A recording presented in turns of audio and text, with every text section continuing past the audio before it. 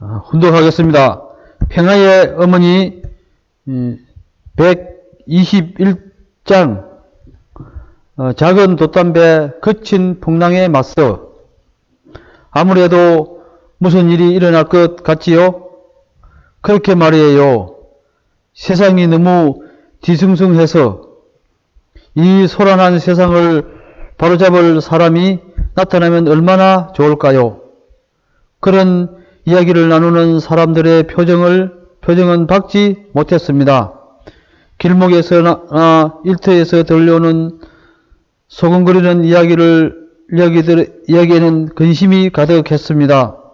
나는 그 근심이 곧 사라질 것을 알고 있습니다. 내가 성혼식을 올린 1960년을 분수령으로 나라 안팎에서 큰 변화가 연이어 일어났습니다. 나라 안에서 민주주의를 향한 갈망이 분출되어 자유당 정권이 무너졌습니다. 나라 밖 미국에서는 케네디 대통령에 당선되어 새로운 시대를 향하여 문을 열었습니다. 그러나 냉전이 골문 터져서 동서대결은 오히려 더 심해졌습니다. 소련의 지배를 받는 동유럽 공산주의 나라들에서 자유와 물결이 일어났으나 아직 때가 당도하지 않았기에 숱한 희생자들만 낸 채 사그라지고 말았습니다. 사람들이 간곡히 바랐습니다. 이 모든 혼란을 평화로 바꿀 줄 참된 인도자가 보내주소서. 역사의 거대한 수레바퀴와 함께 통일교회도 큰 변화를 겪었습니다.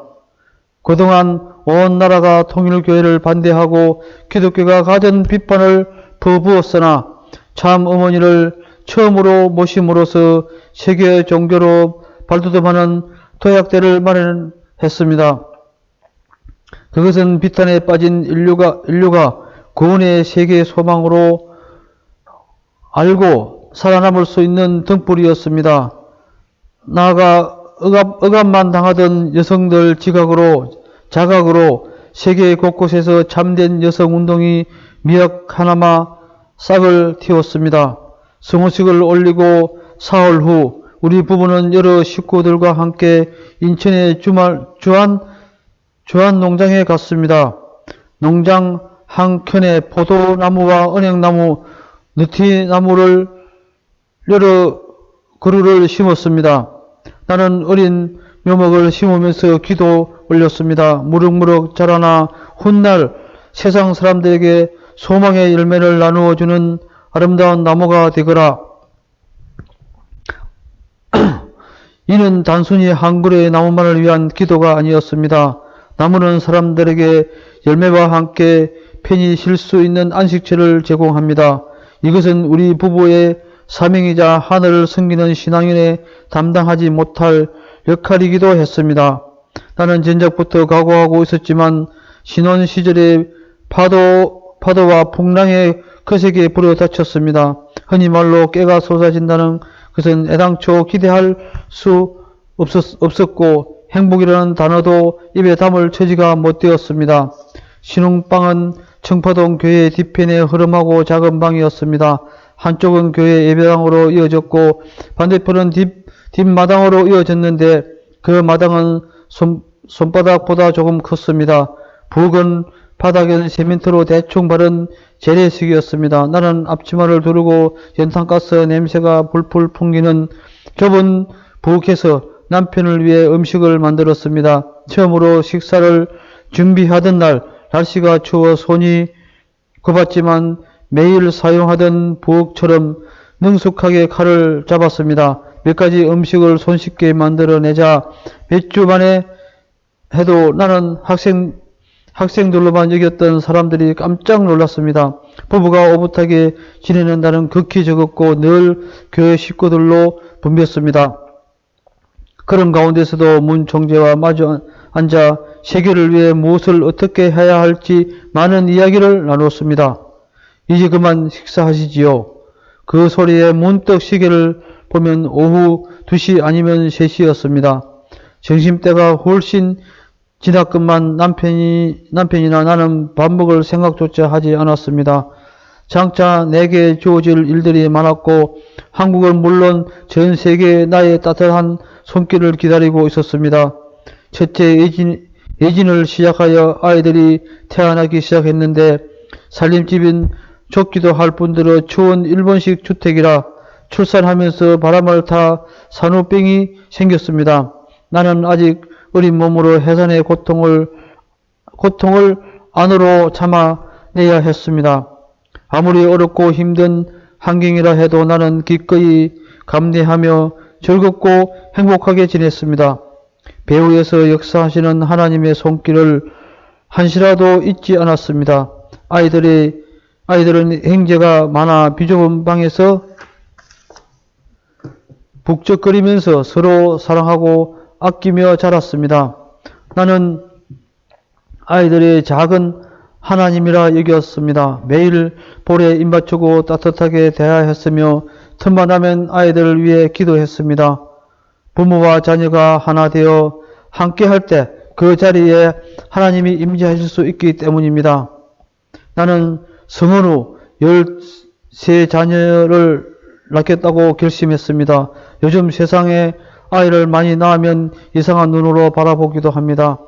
그러나 나는 하나님의 섭리를 귀하게 생각했습니다.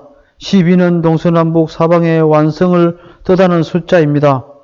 거기에 하나를 더하면 14는 중심의 자리에 해당합니다. 그래서 섭리의 완성을 두고 미래를 향해 영원히 발전할 수 있는 길을 열리게 되는 것입니다. 이는 단지 내 당대에만 해당되는 것이 아닙니다. 인류를 위해 하나님의 구원 섭리는 역사 가운데 중심 인물을 찾아 세워 이끌어 나오셨습니다. 2000년 전 이스라엘 민족을 통해서 원죄 없는 독생자 예수님을 구세주로 이 세상에 보내기 위하면서 혈통복귀의 여러 단계를 거쳐 섭리 역사를 펼쳐셨습니다. 그와 같이 하나님의 섭리를 위한 복잡한 혈통을 이제 내 당대에서 하나로 한 혈통을 복귀시키지 않으면 안 됩니다. 하나님의 복귀 섭리가 더 이상 연장되어서는 안 되겠기에 나는 하늘 중심의 선한 혈통을 올바로 찾아 세우겠다고 다짐했습니다. 복잡한 혈통을 하나님을 중심으로 한 순혈, 참다운 혈통으로 부활시키기 위해서는 목숨을 건 긴 생명의 출산과 죽음의 고비를 넘나드는 고통을 감내하지 않으면 안 되었습니다.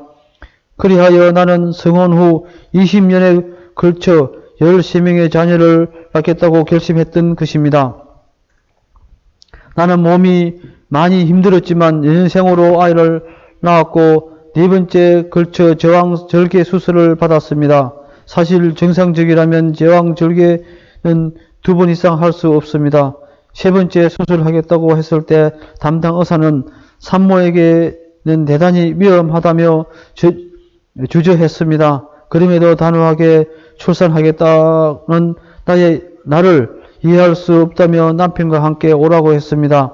그 후 마지막까지 4번의 수술을 통해 아기를 낳음으로써 하늘과 약속과 책임을 완수했습니다. 마지막 제왕절개를 한 어느덧 37년이 지나 나이도 아직도 그 자리에 아픈 기억이 남아 있습니다. 내가 생명을 걸고 낳은 자녀지만 내가 그들에게 바라는 것은 부모로서의 도와줄 수 없는 하늘이 바라시는 각자의 소명과 책임을 다하는 것입니다. 그래서 오늘도 나는 기도를 합니다. 사실 나는 성혼 후 외박살이를 자처했습니다. 소설에나 등장하는 궁중사비처럼 모함으로 야기될 극단적 불상사를 막기 위해서였습니다. 자기가 해와라며 문 총재 앞에 나타나는 여자가 있는가 하면 문 총재와 침대 밑에 들어가 숨는 사람도 있었습니다. 문 총재가 세계 순위길에 올랐을 때 괴한 한 명이 내게 아담이다 큰 소리치며 난간으로 뛰어 올라와 습격하는 사건도 벌어졌습니다. 그때 나는 임신 7개월이었는데 너무 놀라 태아가 유산될 뻔했습니다. 문 총재가 온갖 고난길을 그러듯 나 역시 감당기 어려운 고초를 거의 매일 겪었습니다. 온갖 시험과 고난이 소용돌이 치는 차가운 현실 앞에서 나는 마치 그친 파도에 떠있는 작은 돛담배와 같았습니다. 그러나 나는 내 소망을 잘 알기에 기도로서 그 고난을 이겨 나갔습니다. 말없이 인내하고 늘 기도하는 내 삶은 식구들에게 차츰 감화를 주었습니다. 모든 것을 포항하고 바다처럼 너그러운 마음과 깊은 해안, 흔들리지 않는 신앙심은 차차 식구들의 마음을 움직였습니다.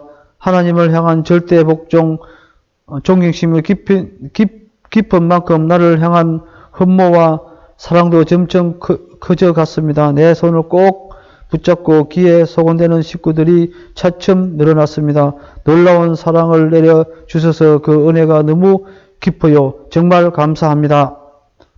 네, 감사합니다.